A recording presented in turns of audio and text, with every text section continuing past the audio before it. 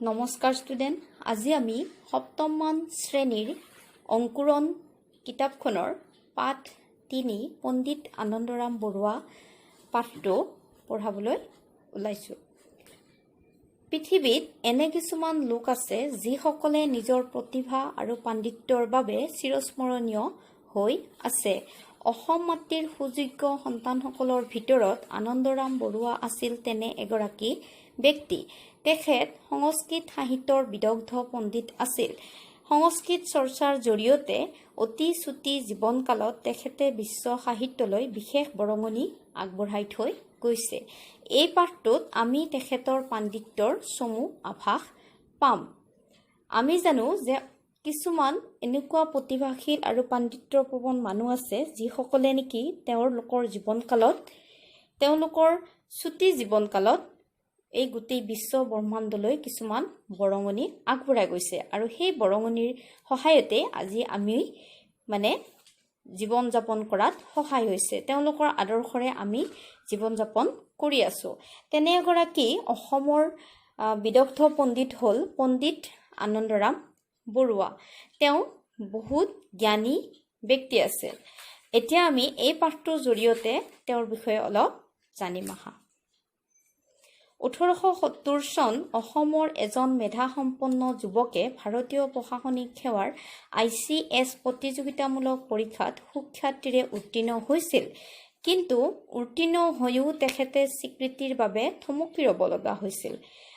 1870 চনত কি হৈছিল যে ভাৰতীয় প্ৰশাসনিক সেৱাৰ ICS প্ৰতিযোগিতামূলক পৰীক্ষাত আনন্দৰাম বৰুৱা উত্তীৰ্ণ হৈছিল আৰু উত্তীৰ্ণ হৈ তেওঁ স্বীকৃতি পোৱা নাছিল। কাৰণ স্বীকৃতিৰ বাবে তেওঁ ন্যূনতম যিখিনি বয়স লাগে সেই বয়সখিনি তেওঁ পৰীক্ষাত যদিও উত্তীৰ্ণ হৈছিল কিন্তু ন্যূনতম যিটো বয়স লাগে সেই বয়সখিনি তেওঁৰ নাছিল বাবে এটা বিতৰ্কৰ সন্মুখীন হৈছিল।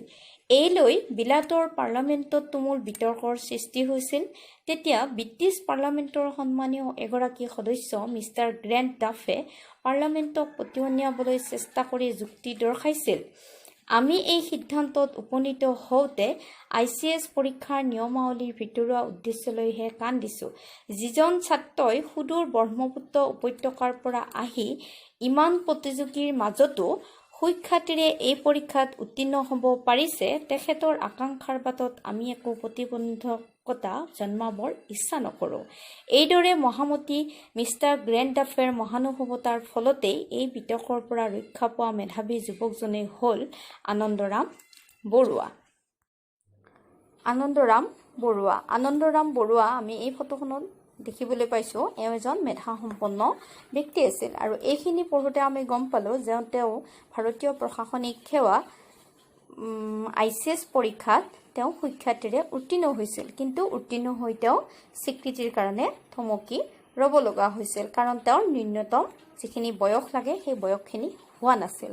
সেই লৈ পাৰ্লামেণ্টত এটা বিতৰ্কৰ সৃষ্টি হৈছিল আৰু তেতিয়া এগৰাকী ব্ৰিটিছ পাৰ্লামেণ্টৰ সদস্য মিষ্টাৰ গ্ৰেণ্ট ডাফে পাৰ্লামেণ্টক বিভিন্ন ধৰণৰ যুক্তি দৰ্শাই এটা কথা কৈছিল যে আমি এই সিদ্ধান্তত উপনীত হওঁতে ICS পৰীক্ষাৰ নিয়মাৱলীৰ ভিতৰুৱা উদ্দেশ্যলৈহে কাণ দিছোঁ। কিন্তু যিজন ছাত্ৰই সুদূৰ ব্ৰহ্মপুত্ৰ উপত্যকাৰ পৰা আহি ইমান প্ৰতিযোগীৰ মাজতো সুখ্যাতিৰে এই পৰীক্ষাত উত্তীৰ্ণ হ'ব পাৰিছে, তেখেতৰ আকাংক্ষাৰ বাটত আমি একো প্ৰতিবন্ধকতা জন্মাবৰ ইচ্ছা নকৰোঁ। এইদৰে যুক্তি তেওঁ পাৰ্লামেণ্টত আগবঢ়াইছিল আৰু এই পাৰ্লামেণ্টত এনেধৰণে যুক্তি আগবঢ়োৱাৰ পিছতেই বিতৰ্কটোৰ অন্ত পৰিছিল আৰু ফলত মেধাৱী যুৱকজনে এটা উচিত বিচাৰ পাইছিল। চেষ্টাৰ অসাধ্য একো নাই বুলি এষাৰ কথা আছে। আনন্দৰাম বৰুৱাৰ এই কথাষাৰ আখৰে আখৰে ফলিয়াইছিল। তেখেতে ICS পৰীক্ষাত 7ম স্থান লাভ কৰিবলৈ সক্ষম হৈছিল। কঠোৰ অধ্যৱসায় আৰু দৃঢ় মনোবলৰ বাবেই তেখেতে এই কঠিন লক্ষ্যত উপনীত হ'ব পাৰিছিল। আমি জানো যে চেষ্টাৰ অসাধ্য একো নাই আৰু আনন্দৰাম বৰুৱাৰ ক্ষেত্ৰতো এই কথাষাৰেই ফলিয়াইছিল আৰু তেওঁ ICS পৰীক্ষাত 7ম স্থান লাভ কৰিবলৈ সক্ষম হৈছিল। তেখেতৰ পিতৃ গৰ্গৰাম বৰুৱা আৰু মাতৃ দুৰ্লভেশ্বৰী বৰুৱা। মাক দেউতাকৰ তৃতীয় সন্তান আনন্দৰাম বৰুৱাৰ ইংৰাজী 1850 চনৰ মে' মাহৰ 21 তাৰিখে উত্তৰ গুৱাহাটীৰ ৰজা দুৱাৰত জন্ম হৈছিল। পণ্ডিতপ্ৰৱৰ চিভিলিয়ান আনন্দৰাম বৰুৱাই কামৰূপৰ উত্তৰ গুৱাহাটীৰ মজিন্দৰ বৰুৱাৰ বংশৰ লগতে অসমৰ নাম উজ্জ্বল কৰি থৈ গৈছে। আনন্দৰাম বৰুৱাৰ পিতৃ আছিল গৰ্গৰাম বৰুৱা আৰু মাতৃ আছিল দুৰ্লভেশ্বৰী বৰুৱা। তেওঁ মাক দেউতাকৰ তৃতীয় সন্তান আছিল আৰু 1850 চনৰ মে' মাহৰ 21 তাৰিখে তেওঁৰ জন্ম হৈছিল। তেওঁৰ জন্মস্থান আছিল গুৱাহাটীৰ উত্তৰ গুৱাহাটীৰ ৰজাদুৱাৰত। তেওঁ যিটো মজিন্দৰ বৰুৱা বংশ আছিল সেই বংশটোৰ তেওঁ নাম উজ্জ্বল কৰি থৈ গৈছে। অসমত সেই সময়ত কলেজ নথকাত আনন্দৰাম বৰুৱাই প্ৰৱেশিকা পৰীক্ষাত উত্তীৰ্ণ হৈ কলকাতাৰ প্ৰেচিডেন্সি কলেজত নামভৰ্তি কৰে। সেই কলেজৰ পৰাই তেখেতে FA পৰীক্ষাত সুখ্যাতিৰে উত্তীৰ্ণ হৈ গণিতত সৰ্বোচ্চ নম্বৰসহ ডাফ স্কলাৰশ্বিপ পায়। তেওঁ আনন্দৰাম বৰুৱাই প্ৰৱেশিকা পৰীক্ষাত উত্তীৰ্ণ হৈ প্ৰেচিডেন্সি কলেজত পঢ়িছিল আৰু FA পৰীক্ষাত তেওঁ গণিতত সৰ্বোচ্চ নম্বৰসহ ডাফ স্কলাৰশ্বিপ লাভ কৰিছিল। সেই সময়ৰ ভাৰতত থকা ইংৰাজ চৰকাৰে ছাত্ৰক উচ্চ শিক্ষাৰ বাবে বৃত্তি দি বিলাতলৈ পঠিয়াইছিল। তেখেতে এই বৃত্তি লাভ কৰি লণ্ডনত বেৰিষ্টাৰী পঢ়ি সুখ্যাতিৰে উত্তীৰ্ণ হৈছিল। সেই সময়ত আছিল ভাৰতত ইংৰাজ চৰকাৰ আৰু ইংৰাজ চৰকাৰে কি কৰিছিল, যিবিলাক ছাত্ৰই ভাল আছিল, মেধাৱী আছিল, তেওঁলোকক বৃত্তি দি বিলাতত পঢ়িব পঠাইছিল আৰু তেওঁ লণ্ডনত গৈ বেৰিষ্টাৰী পঢ়ি সুখ্যাতিৰে উত্তীৰ্ণ হৈছিল। আনন্দৰাম বৰুৱাই লণ্ডনত বেৰিষ্টাৰী পঢ়ি আহি স্বদেশত শিৱসাগৰত সহকাৰী মেজিষ্ট্ৰেট হিচাপে কাম কৰে। তাৰপিছত ময়মনসিং জিলাত সহকাৰী মেজিষ্ট্ৰেট আৰু কালেক্টৰ হিচাপে কাম কৰে আৰু এনেকৈ তেওঁ নোৱাখালী জিলাৰো মেজিষ্ট্ৰেট হয় আৰু তেওঁ বংগদেশৰ উন্নয়নমূলক কিছু কাম কৰিবৰ কাৰণে হাতত লয়। তেওঁৰ অগাধ পাণ্ডিত্য, আকৰ্ষণীয় ব্যক্তিত্ব আৰু বিভিন্ন উন্নয়নমূলক কাৰ্যই বংগৰ নোৱাখালীৰ ৰাইজক মুগ্ধ কৰিছিল। নোৱাখালীত তেখেতৰ নামেৰে স্কুল, বজাৰ স্থাপন আৰু পুখুৰী খন্দা কাৰ্যই তাৰ প্ৰমাণ। সেই কালত স্ত্ৰী শিক্ষাৰ প্ৰচাৰৰ বাবে তেখেতে নোৱাখালীত এখন বালিকা বিদ্যালয় স্থাপন কৰিছিল।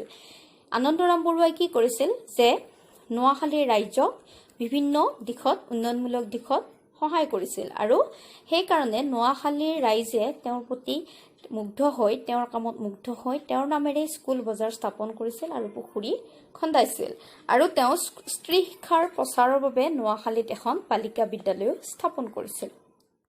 আমি বৰ্তমানেও দেখা পাওঁ যে যিবিলাক ব্যক্তি মেধাসম্পন্ন বা জ্ঞান সম্পন্ন, তেওঁলোকৰ নামত বৰ্তমানেও স্কুল, বজাৰ আদি স্থাপন কৰা হয় বা কলেজ স্থাপন কৰা হয় বা বিভিন্ন উন্নয়নমূলক কাম কৰিলে তেওঁলোকৰ নামতে উচৰ্গা কৰি দিয়া হয়। ঠিক তেনেদৰে নোৱাখালীৰ ৰাইজেও আনন্দৰাম বৰুৱাৰ নামতে এই স্কুল, বজাৰ, পুখুৰী খন্দা কাৰ্য এইবিলাক কাম আৰম্ভ কৰিছিল।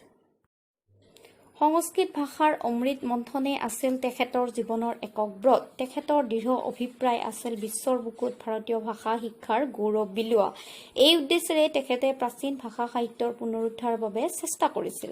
তেখেতৰ আশাসুধীয়া অধ্যয়নৰ ফলস্বৰূপে সৃষ্টি হৈছিল ব্যৱহাৰ উপযোগী ইংৰাজী সংস্কৃত অভিধান, উচ্চ সংস্কৃত ব্যাকৰণ, সংস্কৃত শিক্ষাৰ্থীৰ সহচৰ আৰু সৰস্বতী কণ্ঠাভৰণৰ দৰে কালজয়ী অমৰ ৰচনাৱলী।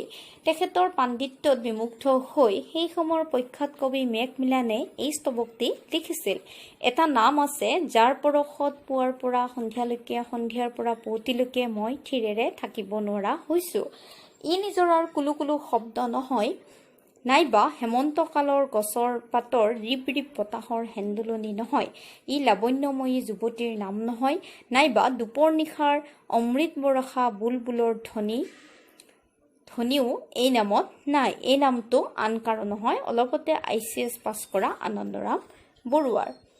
ইয়াতে কোৱা হৈছে যে আনন্দৰাম বৰুৱাই সংস্কৃত ভাষাৰ অমৃত মন্থন কৰিছিল আৰু এইটোৱে আছিল তেওঁৰ জীৱনৰ একক ব্ৰত। আৰু তেওঁ কি কৰিছিল যে কিছুমান অমৰ সৃষ্টি কৰি থৈ গৈছে। সেইবোৰ হ'ল ব্যৱহাৰ উপযোগী ইংৰাজী সংস্কৃত অভিধান, উচ্চ সংস্কৃত ব্যাকৰণ, সংস্কৃত শিক্ষাৰ্থী সহচৰ আৰু সৰস্বতী কণ্ঠাভৰণ। আৰু তেওঁৰ এই পাণ্ডিত্যত বিমুগ্ধ হৈ মেকমিলানে এই স্তৱকটো লিখিছিল যে এটা নাম আছে যাৰ পৰশত পুৱাৰ পৰা সন্ধিয়ালৈকে, সন্ধিয়াৰ পৰা ৰাতি পুৱতিলৈকে মই থিৰেৰে থাকিব নোৱাৰা হৈছো। ই নিজৰাৰ কুলুকুলু শব্দ নহয়, নাইবা হেমন্তকালৰ গছৰ পাতৰ ৰিপ ৰিপ বতাহৰ হেন্দলনি নহয়। ই লাৱণ্যময়ী যুৱতীৰ নাম নহয়, নাইবা দুপৰ নিশাৰ অমৃত বৰষা বুলবুলৰ ধ্বনিও এই নামত নাই। এই নামটো আন কাৰো নহয়, অলপতে ICS পাছ কৰা আনন্দৰাম বৰুৱা। এই স্তৱকটি মেকমিলানে লিখিছিল। অসমৰ গৌৰৱ এইজনা মনীষীয়ে 1889 চনৰ 19 জানুৱাৰীত বংগদেশত আকস্মিকভাৱে মৃত্যুবৰণ কৰে। জীৱনৰ মূল্যায়ন যে দীৰ্ঘ জীৱনৰ সলনি কৰ্মকৃতিৰ জৰিয়তেহে হয়, এই কথা সুন্দৰভাৱে তেখেতে প্ৰমাণ কৰি থৈ গৈছে। 39 বছৰীয়া চুটি জীৱনত চিৰকুমাৰ আনন্দৰাম বৰুৱাই সংস্কৃত ভাষা সাহিত্যলৈ অমূল্য অৱদান আগবঢ়াই থৈ গৈছে। তেখেতে ভাষা সাহিত্যৰ যি অমৃত ভাণ্ডাৰ দি থৈ গ'ল, সি সঁচাকৈয়ে অতুলনীয়।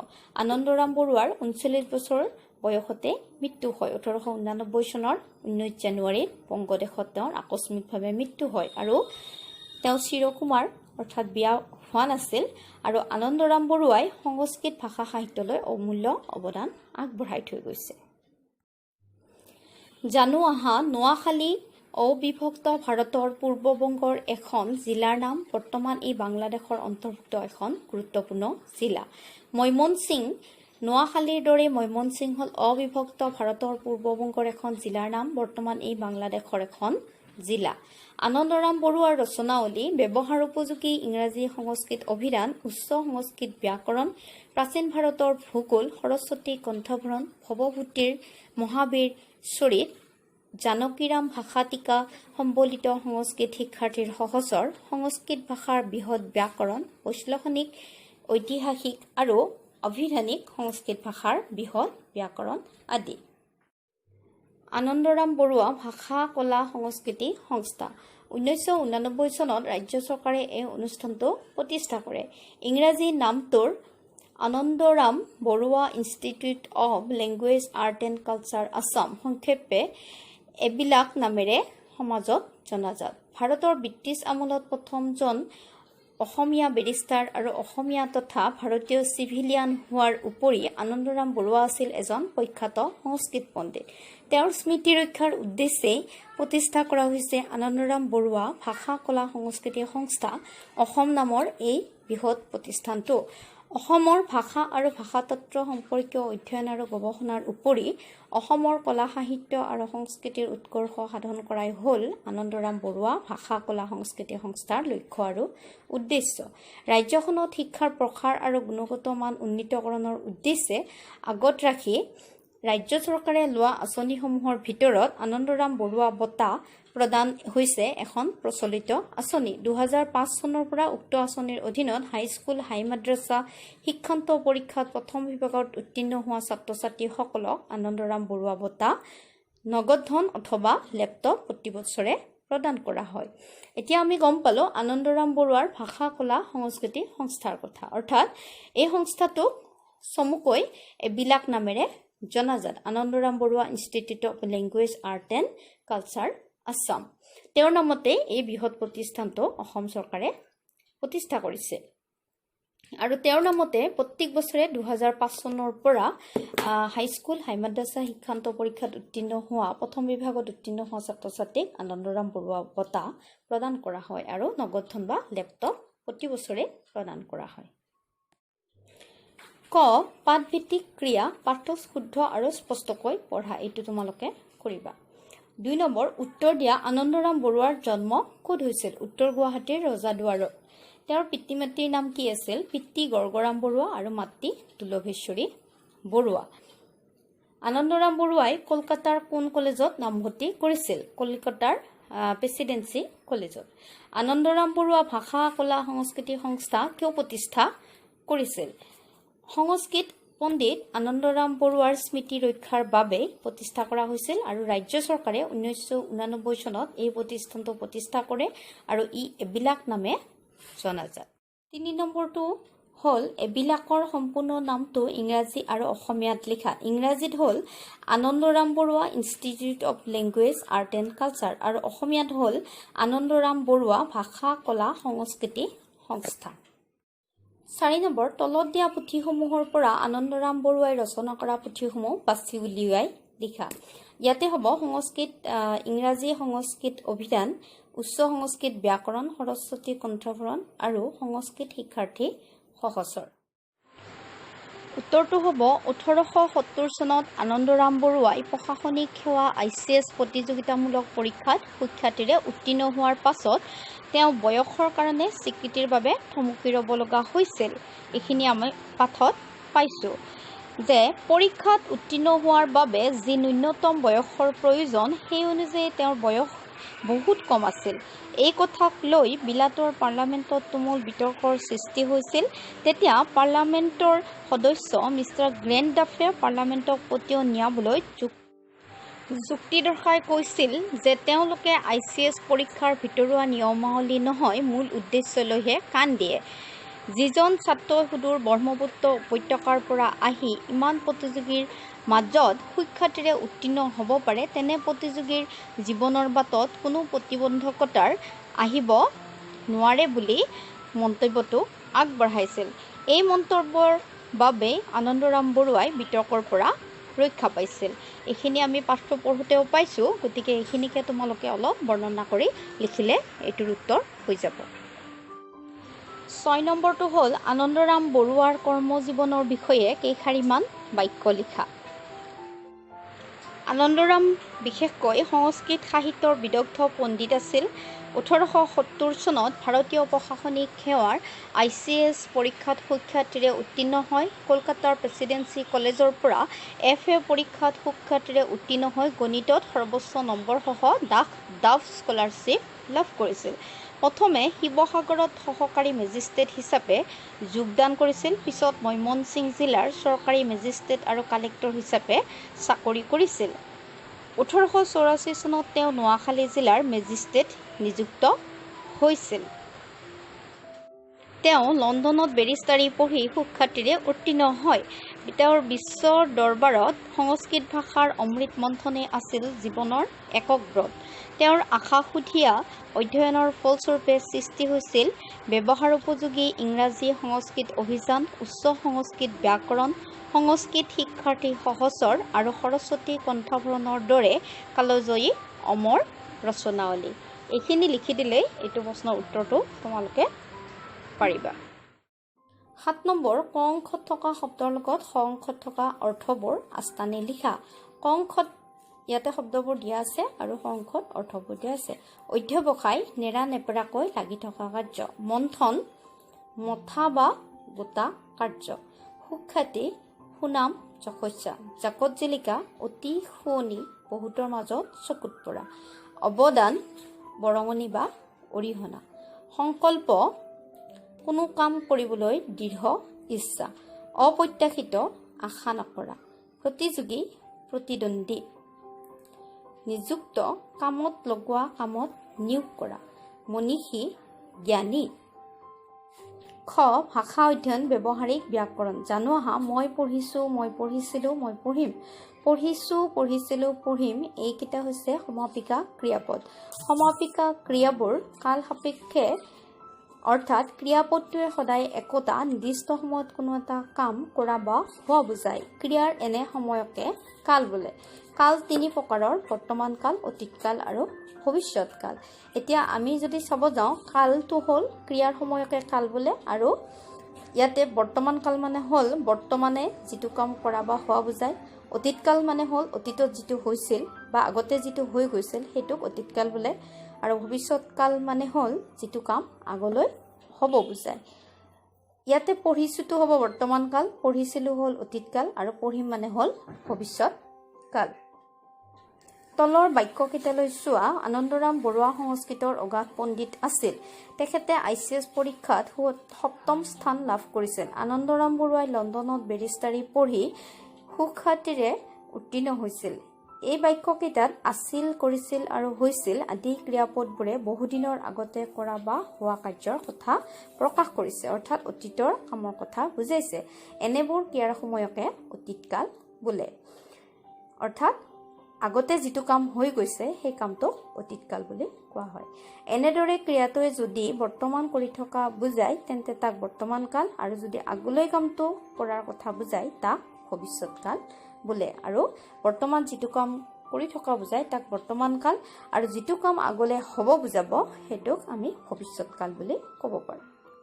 দলত ভাগ হৈ পাঠটো পঢ়া, পাঠৰ পৰা অতীতকালৰ ক্ৰিয়াপদকেইটা বাছি উলিয়াই লিখা। এইটো কৰি ল'ব পাৰিবা। 9 নম্বৰ, খালী ঠাই পূৰ কৰা। কালি মই গুৱাহাটীলৈ আহিলোঁ। কাইলৈ আমাৰ ঘৰলৈ ৰমেন আহিব। ল'ৰাবিলাকে খেলপথাৰত বল খেলিছে।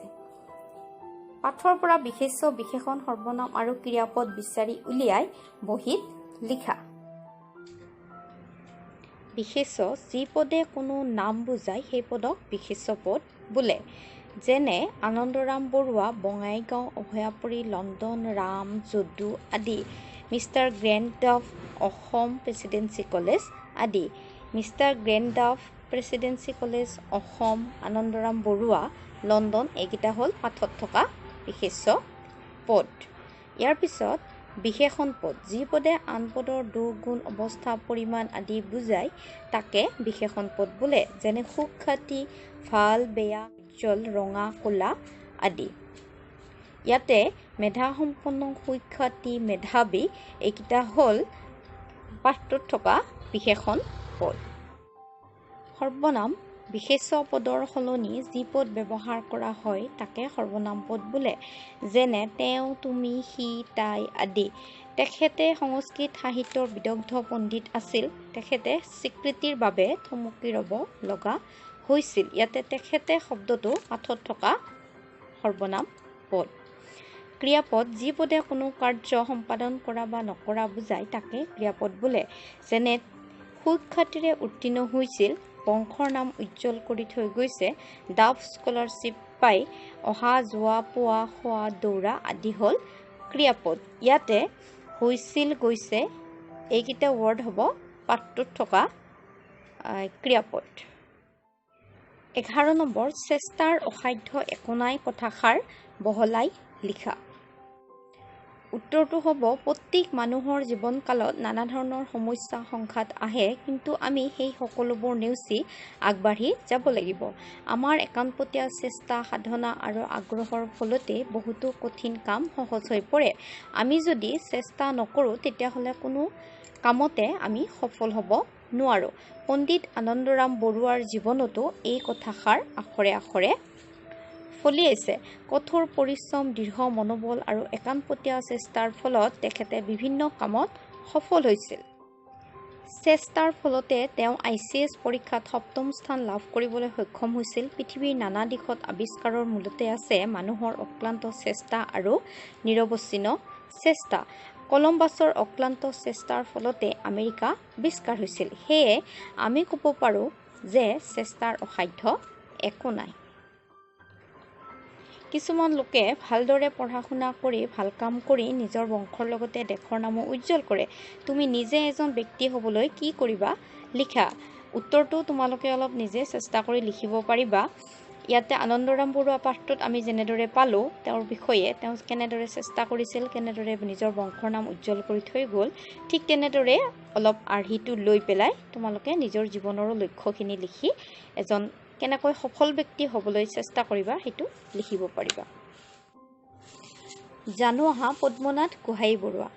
অসীম ত্যাগ স্বীকাৰ কৰি অসমীয়া ভাষা সাহিত্যৰ ভেটি নিৰ্মাণ কৰি সুদৃঢ় কৰা লেখকসকলৰ ভিতৰত পদ্মনাথ গোহাঞিবৰুৱা অন্যতম। তেখেতৰ জন্ম হৈছিল 1471 চনত উত্তৰ লখিমপুৰৰ নকাৰী নামৰ গাঁৱত। তেখেতৰ দেউতাক আছিল ঘীণাৰাম বৰুৱা। পদ্মনাথ গোহাঞিবৰুৱাই কলকাতাত BA পঢ়ি থাকোঁতে অসমীয়া ভাষা সাহিত্য সাধনাত ভৰ্তি হৈছিল। জোনাকী আলোচনীত তেখেতে লেখা-মেলা আৰম্ভ কৰিছিল। 1917 চনত তেখেত অসম সাহিত্য সভাৰ প্ৰথম অধিৱেশনৰ প্ৰথম সভাপতি আছিল।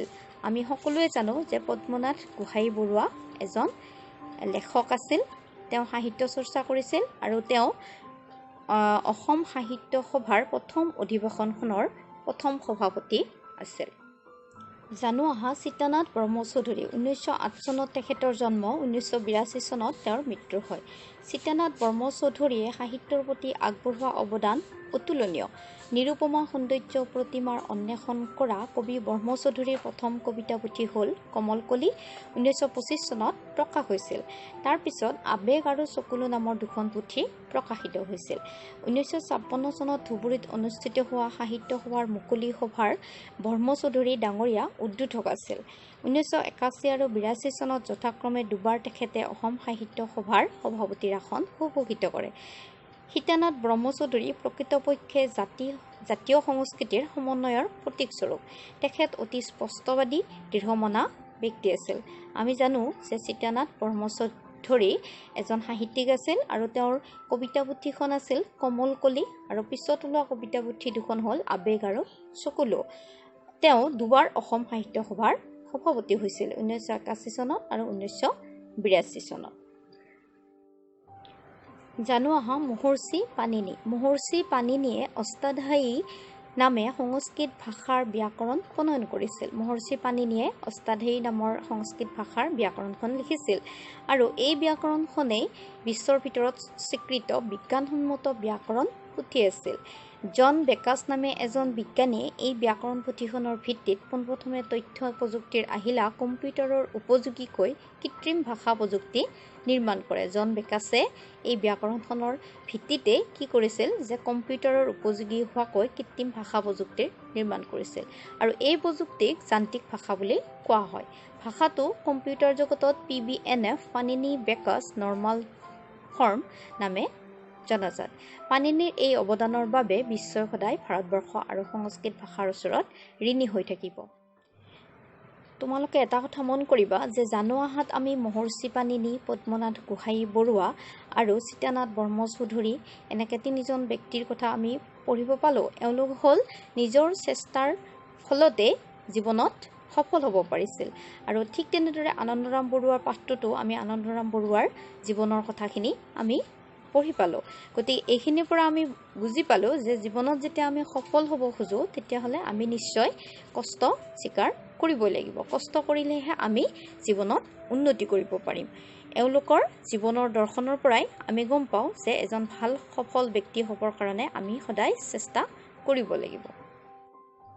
খ প্ৰকল্প 14 নম্বৰ প্ৰত্যেকজন ছাত্ৰ ছাত্ৰীয়ে নিজৰ গাঁৱৰ ঠাইৰ সকলোৱে জনা এজন ব্যক্তিৰ লিখা মেলা কৰা, গীত গোৱা, সমাজৰ কাম কৰা, খেলা ধূলা কৰা, নৃত্য কৰা, মাটিৰ মূৰ্তি সজা, কাঠৰ বস্তু তৈয়াৰ কৰা, বাঁহৰ বস্তু সজা, মৰাপাটৰ বস্তু তৈয়াৰ কৰা আদি যিকোনো এটা বিষয়ত পাৰ্গত ব্যক্তিৰ বিষয়ে আনক সুধি বা নিজে সেই ব্যক্তিৰ লগত দেখা কৰি তেখেতৰ বিষয়ে তথ্য সংগ্ৰহ কৰি লিখিবা। এইটো তোমালোকে অলপ যদি গাঁৱৰ নিজৰ ঘৰৰ ওচৰৰ মানুহক চোৱা তেতিয়াহ'লে নিশ্চয় দেখিবা যে কিছুমান মানুহ আছে লিখা মেলা কৰে আৰু কিছুমানে গীত গায়, কিছুমানে সমাজৰ কাম কৰে, কিছুমানে খেলা ধূলা কৰে, কিছুমানে নৃত্য কৰে, কিছুমানে মাটিৰ বাচন বনায়, কিছুমানে মাটিৰ মূৰ্তি বনায়, কিছুমানে কাঠৰ বস্তু বনায়, কিছুমানে বাঁহৰ বস্তু বনায়, কিছুমানে মৰাপাটৰ বস্তু বনায়। ঠিক তেনেদৰে এনেকুৱা যি বস্তু বনোৱা তুমি দেখা পোৱা মানুহৰ ওচৰলৈ গৈ পেলাই তুমি কেনেকৈ বনায় কি তেওঁলোকৰ নিজৰ এটা ইণ্টাৰভিউ ল'ব পাৰা। এনেকৈ তোমালোকে অলপ ওচৰ চুবুৰীয়া গাঁৱৰ বা নিজৰ ওচৰৰ মানুহৰ তথ্য সংগ্ৰহ কৰি ল'ব পাৰা আৰু তেওঁলোকৰ জীৱনৰ দৰ্শনৰ বিষয়ে অলপ হ'লেও তথ্য সংগ্ৰহ কৰি উপকৃত হ'ব পাৰিবা। 15 নম্বৰটো হ'ল ভৱিষ্যতে কোনে কি হ'বলৈ বিচৰা আৰু কিয় হ'ব বিচৰা সেই বিষয়ে লিখা। এইটো তোমালোকৰ জীৱনৰ উদ্দেশ্য, গতিকে এইটো তোমালোকে নিজে নিজে লিখিব পাৰিবা। কাৰণ তোমালোকে ডক্তৰ হ'বা, শিক্ষক হ'বা বা প্ৰফেচাৰ হ'বা বা কোনোবা দোকানী হ'বা, কোনোবাই ডাঙৰ বিজনেছ কৰিবা, এনেকুৱা যি হ'ব মন যায়, কিয় হ'ব মন যায় এই কথাখিনি ধুনীয়াকৈ লিখি শিক্ষকক দেখুৱাবা। পণ্ডিত আনন্দৰাম বৰুৱা পাঠটোৰ পৰা নিশ্চয় তোমালোকে অলপ হ'লেও জ্ঞান আহৰণ কৰিব পাৰিলা আৰু ইয়াৰে যিখিনি পাঠভিত্তিক প্ৰশ্ন উত্তৰ আছিল সেইখিনিও সহজতে কৰিব পাৰিবা বুলি মই আশা কৰিলোঁ।